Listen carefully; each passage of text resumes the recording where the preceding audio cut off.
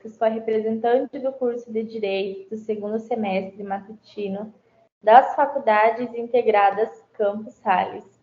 Bem, hoje eu e o meu grupo iremos apresentar a nossa revista eletrônica. Irei iniciar compartilhando a minha tela.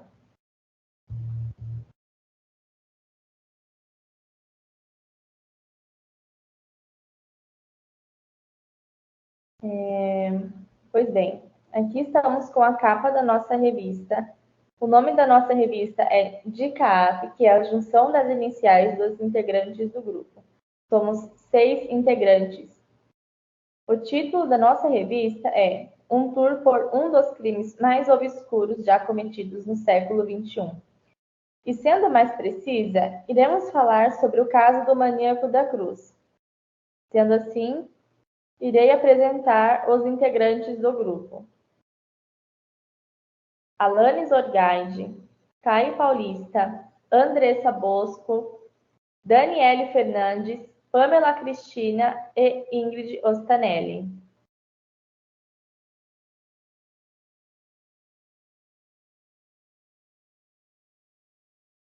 O processo da escolha do tema foi da seguinte forma: cada membro do grupo trouxe um caso específico da área criminal e, posteriormente, avaliamos sobre fontes de pesquisa e relevância do caso, ou seja, fomos por eliminação e decidimos apresentar o caso do maníaco da cruz. Segundo, escolhemos o tema do maníaco da cruz para o projeto integrador pelo fato de ser um caso peculiar por se tratar de um menor de idade na época, com problemas psiquiátricos além do próprio crime ser diferenciado por conta da motivação. Abre parênteses, purificação bíblica, fecha parênteses. E como as vítimas foram encontradas.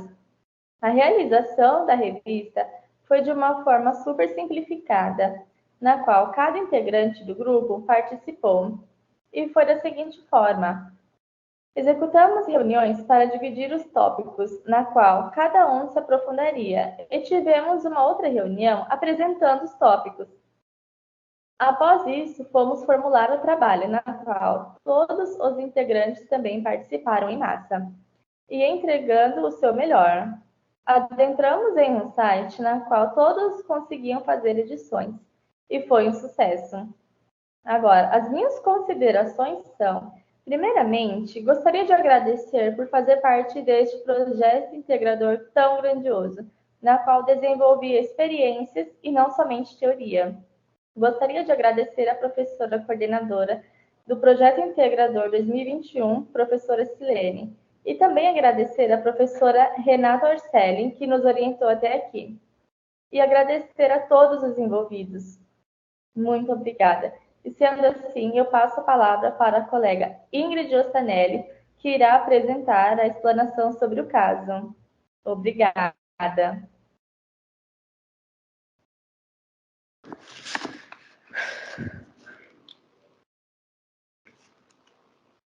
Olá, sejam todos bem-vindos. Eu espero que todos vocês estejam bem. Eu me chamo Ingrid Ostanelli, sou aluna do segundo semestre no curso de Direito, aqui nas Faculdades Integradas Campus Sales. E hoje fiquei responsável de vir apresentar a vocês um tour pela nossa revista virtual e explicar um pouco do tema que escolhemos para apresentar na nossa revista. Vamos lá, então. Eu estou um pouco perdida, calma. Achei. Essa que vocês estão vendo, acho que está aparecendo aqui do meu lado, é a capa da nossa revista.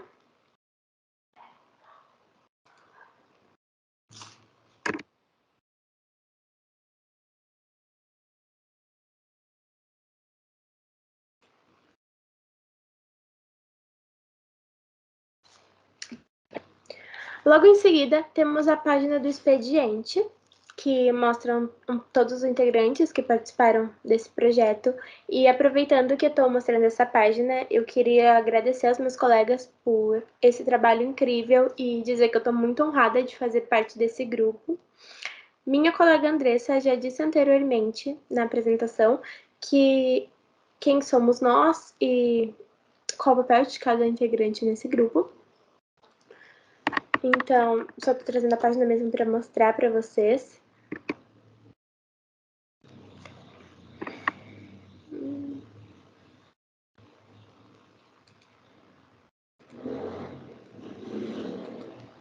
Meu Deus. Tá travando um pouco. Então, me desculpem. Pronto. A próxima página temos o prefácio, que foi um resumo da revista em si, um resumo do todo o caso que estudamos na revista. O caso que escolhemos se chama O Maníaco da Cruz. Aconteceu em 2008, se não me engano, e conta a história de um adolescente de apenas 16 anos que assassinou 3 pessoas em Rio Brilhante, Mato Grosso do Sul.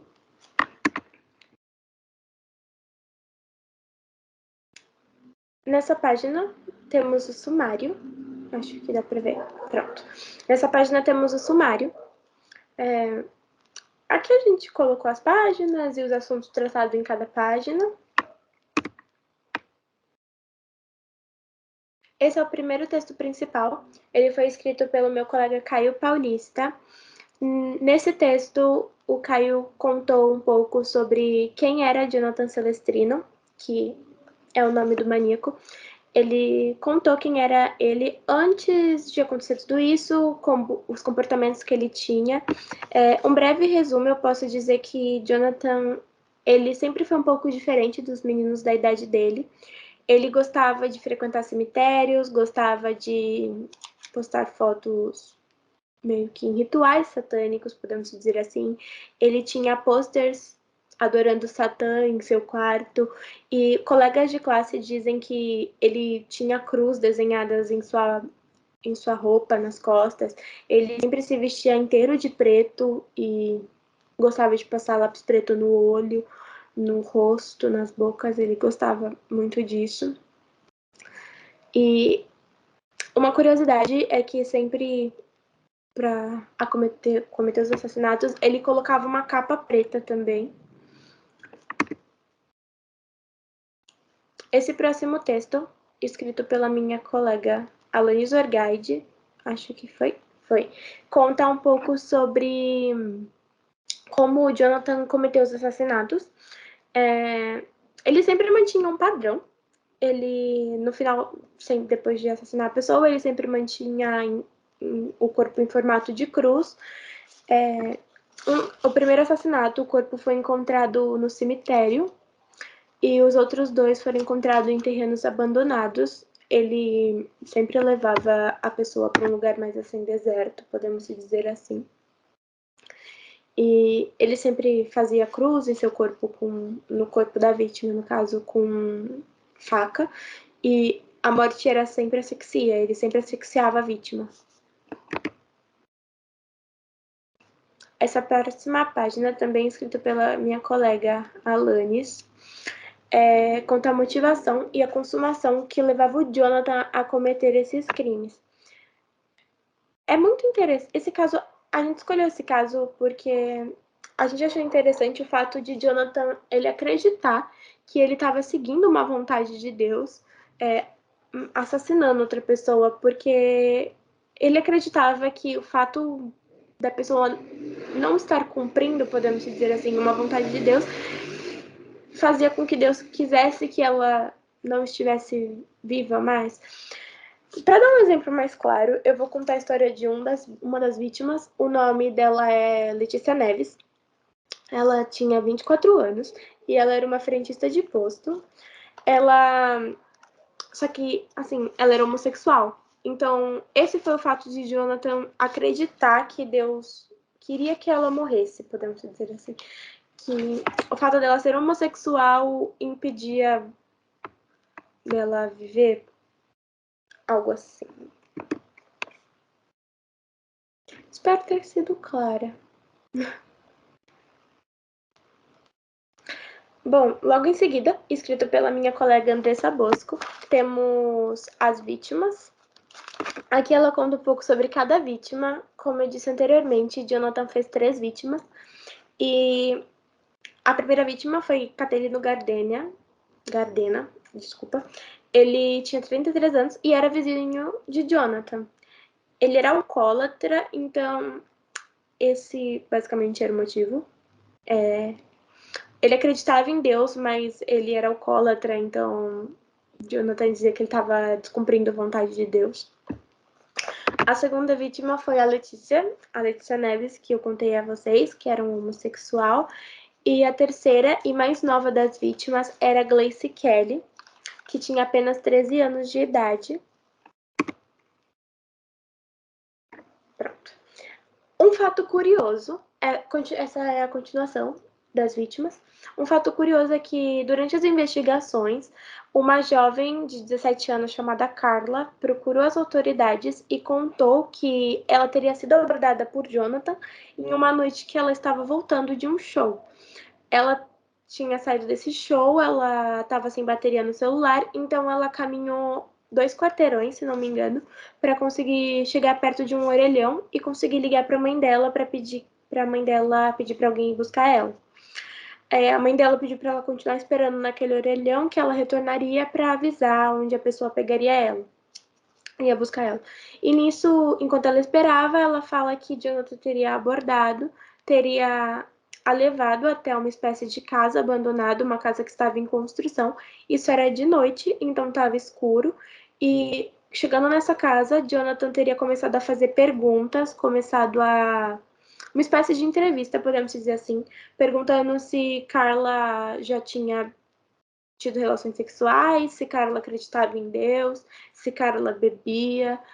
E o mais curioso disso é que a Carla conta para os policiais que no final dessa entrevista o Jonathan teria dito que ele teria saído para procurar uma vadia, isso nas palavras dele, que ele teria saído para procurar uma vadia e que ele teria acabado encontrando Carla, e o fato de Carla ser ingênua a teria libertado. Então, a polícia começou a acreditar que ele fazia essa entrevista com todas as vítimas dele para descobrir se ela realmente deveria morrer ou não. Na próxima página temos esse artigo escrito sobre a sentença de Jonathan, escrito pela minha colega Pamela Cristina. Aqui ela conta sobre o que aconteceu. Jonathan foi preso 3 dias depois, após o assassinato de Gleice, e ele foi levado para a UNEI. Para quem não sabe, a UNEI é a Unidade Educacional de Internação. E dentro da UNEI ele continuou tendo seus estudos, porque ele não tinha concluído o ensino médio, então ele continuou estudando e concluiu, e até chegou a ingressar em uma universidade. Porém, em 2014, ele foi mudado para o IPCG, por um motivo que eu vou explicar daqui a pouquinho para vocês, que vai aparecer em um dos slides. Aqui tem a continuação sobre o caso, sobre a sentença. Uma curiosidade é que durante o julgamento, Jonathan teve análise psicológica, e eu vou mostrar para vocês o psiquiatra, a opinião dele e tudo mais. Jonathan teria sido diagnosticado com esquizofrenia e a juíza determinou que ele deveria ser internado em um hospital psiquiátrico. Porém, não tinha nenhuma vaga em hospitais da região e nenhum outro estado queria aceitar Jonathan por dizer que ele era perigoso e instável. Então, ele acabou tendo que ficar no presídio mesmo, mas ele sempre recebia tratamento médico, acompanhamento e por aí. Aqui é o artigo sobre o psiquiatra que fez a análise do Jonathan, o psiquiatra designado para fazer a análise para o julgamento foi o psiquiatra Pedro Leopoldo de Araújo Ortiz. Foi ele que diagnosticou o Jonathan com esquizofrenia e por aí mais.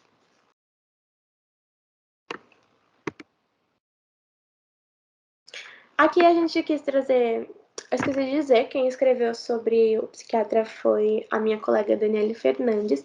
Igualmente nesse, ela encontrou esse caso de outro psiquiatra que fez a análise, porque queríamos trazer uma análise diferente, para ver se outro profissional também concordava com o desfecho. Então, encontramos desse, Marcos Estevão, e gostamos bastante, então trouxemos e colocamos em nossa revista. O próximo artigo eu que escrevi conta sobre um surto que o Jonathan teve em 2015. O Jonathan já estava no IPCG, que foi o local que ele foi em 2014. Ele foi enviado lá para o IPCG. Para quem não sabe, o IPCG é o Instituto Penal de Campo Grande.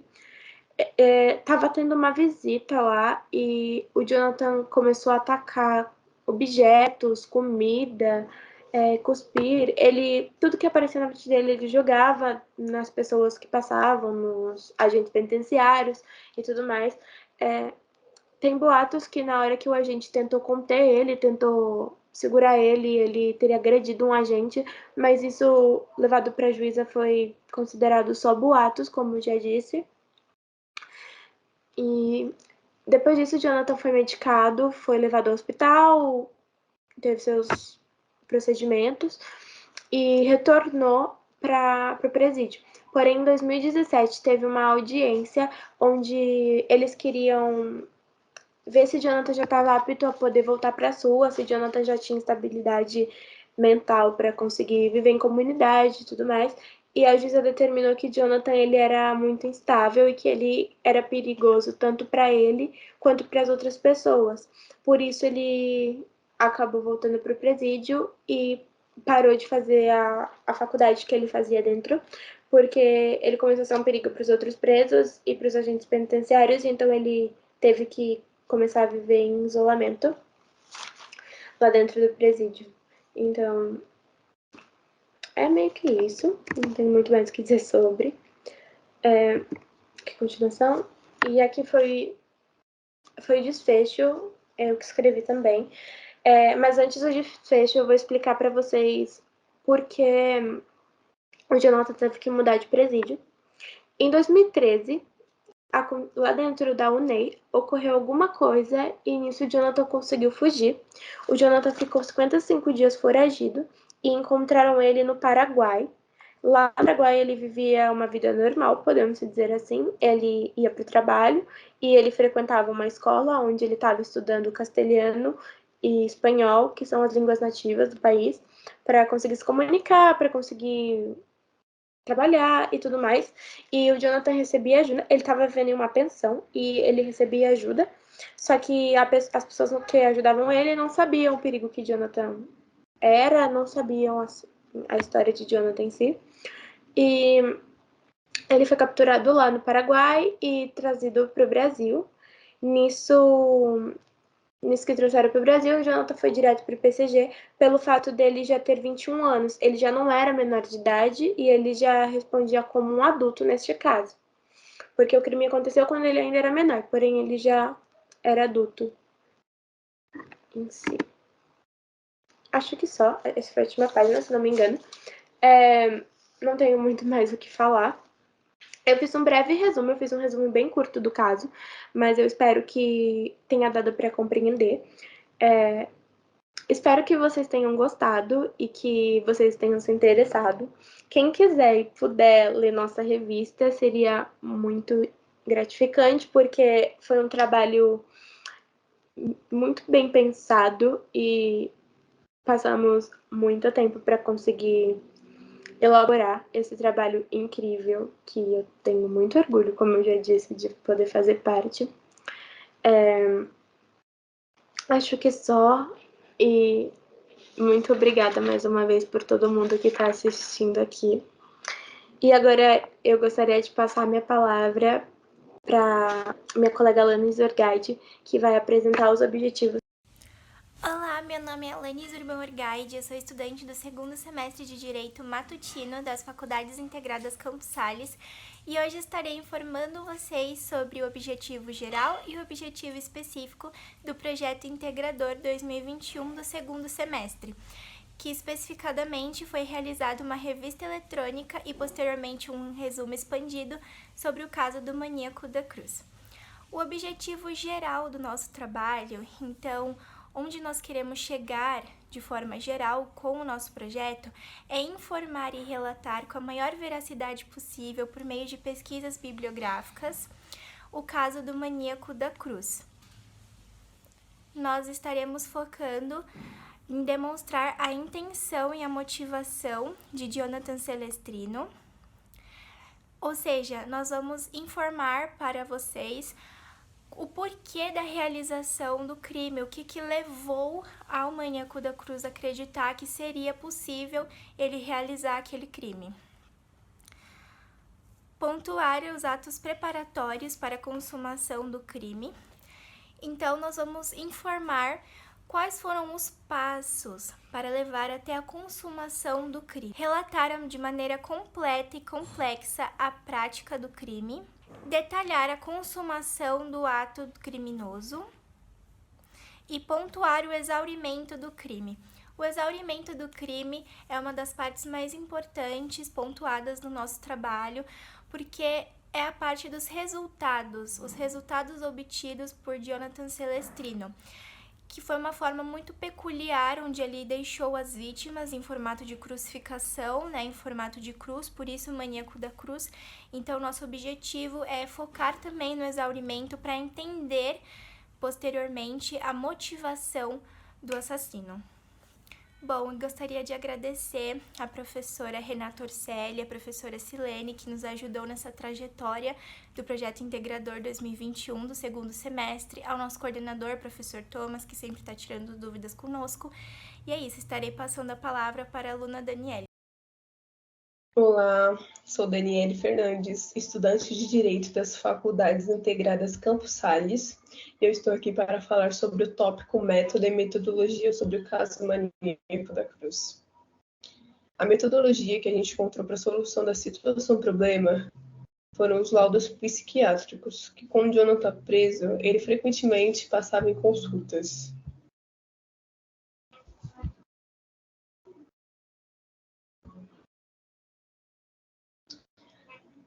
Por ele ser menor de idade na época, ele deveria ficar internado por no máximo uns 3 anos, segundo o artigo 121. Em hipótese alguma, esse prazo deveria ser excedido. Quando ele completou 20 anos, ele deveria ter sido solto. Mas veio o novo laudo psiquiátrico que ele fez na época e mostrou que ele possuía traços esquizotípicos. Com o segmento das investigações dos crimes e o estado mental do acusado, foi determinada a interdição dele e também uma medida de segurança. Essa medida de segurança mantém ele internado lá no IPCG, na ala de saúde, em Campo Grande. Lá foi apontado que ele era inapto a viver em sociedade, por ter sido diagnosticado como portador de transtorno de personalidade antissocial e homicídio em série. Após um tempo, teve outro lado também, afirmando que ele sofria de alterações de conduta, que recebe o nome de condutopatia. De acordo com o psiquiatra que deu esse laudo, os riscos do maníaco da cruz voltar a cometer crimes eram muito grandes, e por isso ele não deveria ser solto de maneira nenhuma.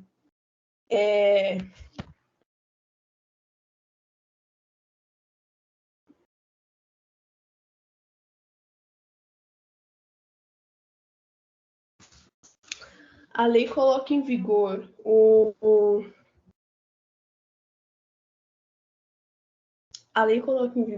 artigo 5º da Constituição Federal, onde se assegura o direito à vida. Esse direito à vida que foi aplicado é também assegurado para o direito à vida dos cidadãos que poderiam entrar em contato com o Jonathan solto na rua e também do próprio Jonathan, de sofrer represálias por parte dos familiares das vítimas. Então, diante disso, o melhor lugar para o Jonathan Celestrino é a ala de saúde no presídio de segurança máxima em Campo Grande. Eu agradeço a todos pela atenção e agora passo a palavra para o meu colega de trabalho, Caio Paulista. Olá, eu sou o Caio Paulista, eu fiquei responsável pela parte de discussão dos resultados. Bom, a partir desse caso, maníaco da cruz, fomos capazes de entendermos melhor não só os fatos ocorridos, como também entender os atos jurídicos gerados por eles. Percebendo, assim, que teve uma dificuldade não só na sua investigação, como também na forma de julgar penalmente um menor de idade, sendo possível ver na prática como que se encaixa os artigos 121, 122, 123, 124 e também o 125 do Código Penal, além dos já previstos artigos do ECA. Conhecendo assim também mais sobre a forma de internação de menores, com destaque também para a UNEI, que é a Unidade Educacional de Internação. Mas o que é essa UNEI? A gente sabe o significado, mas o que ela é? Assim como também está na revista, eu vou acabar explicando aqui para ficar um melhor entendimento. Ela é uma escola estadual que fornece aulas, projetos, atividades socioeducativas e trabalhos culturais, além do acompanhamento psicológico com o intuito de socializar esses adolescentes e assim fazer com que eles voltem ao convívio social. Ok, esse é o Ney. Só que ele deixou de ser o menor de idade, porque ele entrou com 16 anos, ficou mais ou menos 2, 3, 4 anos lá e cessou a sua menoridade penal. Então a gente acabou vendo também a transição da menoridade penal para a sua maioridade.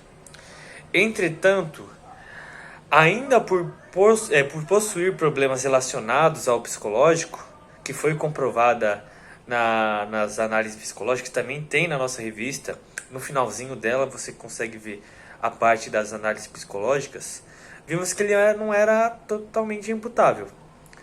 Então ele não podia ser preso. Mas, como não havia um hospital psiquiátrico que pudesse recebê-lo, ele acabou ficando na ala de saúde do sistema penitenciário. E mesmo com uma juíza explicando sobre a legalidade dessa ação, de tudo que estava ocorrendo, foi decidido que ele continuaria lá.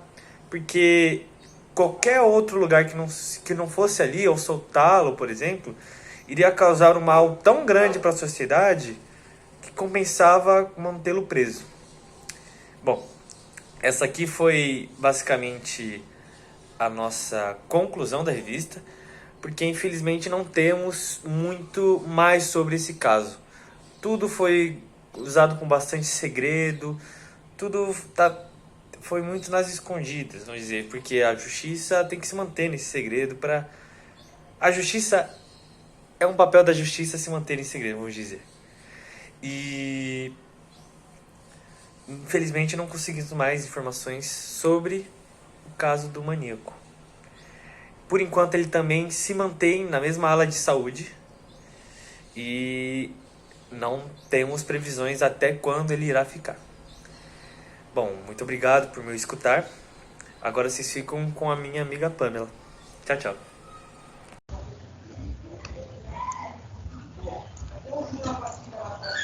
Oi pessoal, eu sou a Pamela Cristina, estudante de Direito da Faculdade Campos Sales. É um prazer estar aqui com vocês. Dando seguimento no que foi relatado pelos meus colegas, como visto a respeito do desenvolvimento deste trabalho, aonde nossa orientadora do PI deu as orientações de como desenvolver esta atividade, e nela conseguimos êxito. O caso escolhido foi do maníaco Jonathan Celestrino, conhecido como Maníaco da Cruz, e que, conforme apresentado pelos companheiros, mostrou o início, desenrolar e desfecho deste caso. Foi um caso difícil de estudar, no sentido de ser um ocorrido complexo, porém, fez com que nos aprofundássemos no estudo do direito penal, para assim compreender as circunstâncias finais de como ficou o indivíduo e de como esses fatos são vistos pelo olhar do direito penal, já que, como narrado, este caso possuía características minuciosas. Falo por todos quando digo que foi de suma importância esta dinâmica para o nosso desenvolvimento educacional. O fato de estarmos em uma equipe e poder nos socializar, compartilhar e cultivar ideias e pontos de vista diferentes que, de certa forma, agregou para o crescimento de todos. Agradecemos à instituição por fornecer a nós esse tipo de atividade e nos dar orientadores competentes para lograrmos conhecimento e desenvolvimento que será fundamental de alguma forma no nosso futuro profissional. O fato de separarmos as tarefas de cada um e ter sua função no grupo fez com que todos tivessem o mesmo objetivo, uma meta a ser alcançada. Nossa revista foi elaborada com a ajuda e a ideia e conhecimento de todos os participantes do grupo. Todos contribuíram para o bom andamento do processo. E mais uma vez digo que falo por todos, quando menciono o fato de ter agregado a cada um conhecimentos que serão relevantes para o nosso crescimento. Fica aqui o nosso agradecimento a todos que se interessaram e chegaram até o fim da nossa apresentação. Tudo foi feito com muita determinação e empenho. Agradecemos a todos, obrigado e até logo!